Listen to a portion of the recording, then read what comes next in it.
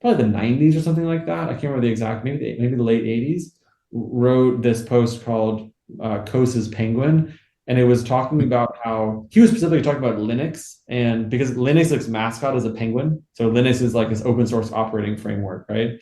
And that's still now like the most popular operating framework for a lot of like really critical infrastructure. And he was talking about how there's actually certain cases where on the internet you have like a different kind of collaboration that actually can like a different kind of organization that can outcompete a company at providing like the same good. And at the time in 2022, I was really interested in how like digital networks could help build new stuff.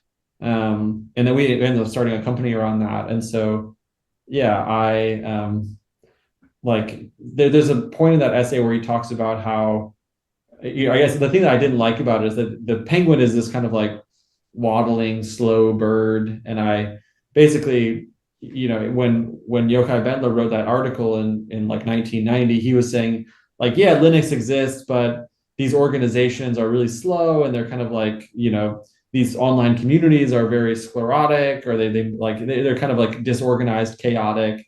And so I wanted to talk about how I think in the future you have these like flying penguins that are there are also these digital organizations but they're actually going to look a lot more sophisticated and like really be able to fly. And so, broadly speaking, not that it matters, but that's what I care about. I just care about how like the internet is going to help us collectively build cooler stuff. So I felt like a good title for that.